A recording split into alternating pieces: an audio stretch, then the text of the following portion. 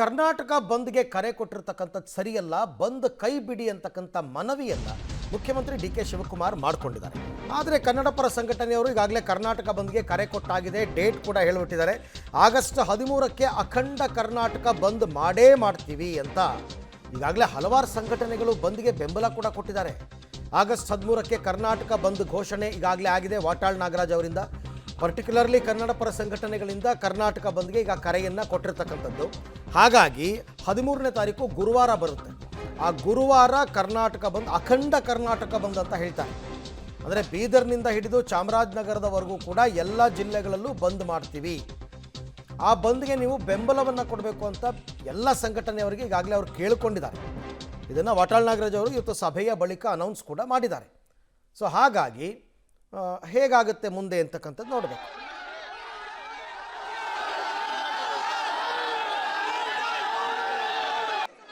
ಶಿವರಾಮೇಗೌಡರು ಕೂಡ ಇದ್ದಾರೆ, ಅವ್ರನ್ನೂ ಕೂಡ ಮಾತಾಡ್ಸೋಣ. ಈಗ 13ನೇ ತಾರೀಕು ಬಂದಿದೆ ಸರ್, ಏನು ಆವತ್ತು ಪ್ಲಾನ್, ಯಾವ ರೀತಿ ಹೋರಾಟದ ರೂಪುರೇಷೆಯನ್ನು ಮಾಡ್ತೀವಿ? ಮೊದಲು ಬಂದ್ ಬಗ್ಗೆ ಜಾಗೃತಿ ಮೂಡಿಸುವಂಥ ಕೆಲಸವನ್ನು ಇಡೀ ರಾಜ್ಯಾದ್ಯಂತ ಮಾಡ್ತೀವಿ.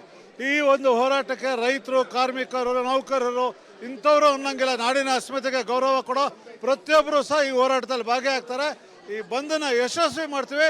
ಯಶಸ್ವಿ ಮಾಡೋ ದಿಕ್ಕಿನಿಂದ ಕಾವೇರಿ ನ್ಯಾಯಮಂಡಲದ ಆಗಿರೋ ಅನ್ಯಾಯವನ್ನು ಸರಿ ಮಾಡೋ ದಿಕ್ಕಿನಲ್ಲಿ ನಮ್ಮ ಹೋರಾಟವನ್ನು ಜಾಗೃತಿ. ಆರಂಭದಲ್ಲೇ ಬಂದ್ ವಿಚಾರದಲ್ಲಿ ಅಪಸ್ವರ ಇದೆ, ಬಂದ್ ಬೇಕಾ, ಇದರಿಂದ ಕರ್ನಾಟಕಕ್ಕೆ ನಷ್ಟ ಅನ್ನುವಂಥದ್ದು. ಸೊ ಹೀಗಿರುವಾಗ ಬಂದ್ಗೆ ಎಷ್ಟರ ಮಟ್ಟಿಗೆ ಬೆಂಬಲ ಬರುತ್ತೆ ಅಂತ? ಎಲ್ಲಿ ಅಪಸ್ವರ ಅನ್ನೋದು ಯಾವಾಗಲೂ ಬರುತ್ತೆ, ಆದರೆ ಬಂದ್ ಅನ್ನೋದು ಯಶಸ್ವಿ ಆಗೋದು ಜನ ಬೆಂಬಲ ಕೊಟ್ಟು ನೋಡಿದ್ಮೇಲೆ, ಫಲಿತಾಂಶ ಬಂದ ಮೇಲೆ. ಈ ಬಂದ್ ಕರೆದಿದ್ದೀವಿ, ಫಲಿತಾಂಶವನ್ನು ನೋಡಿ ರಾಜ್ಯದ ಜನ ಯಾಕೆ ಬೆಂಬಲಿಸಿರ್ತಾರೆ?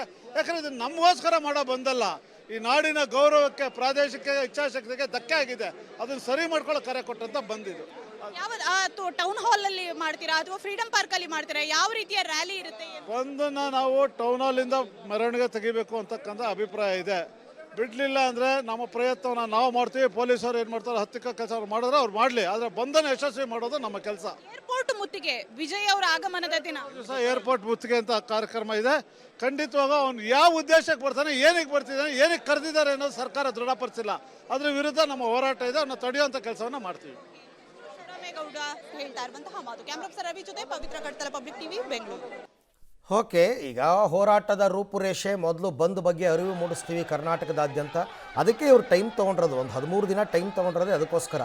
ಎಲ್ರಿಗೂ ಅರಿವು ಮೂಡಿಸ್ಬೇಕು, ಎಲ್ಲರನ್ನೂ ಮನವೊಲಿಸಬೇಕು, ಎಲ್ಲರ ಬೆಂಬಲ ಕೇಳಬೇಕು. ಸೊ ಹಾಗಾಗಿ ನಾವು ಟೈಮ್ ತೊಗೊಂಡಿದ್ದೀವಿ ಅಂತಕ್ಕಂಥದ್ದು ಅವರ ಮಾತು.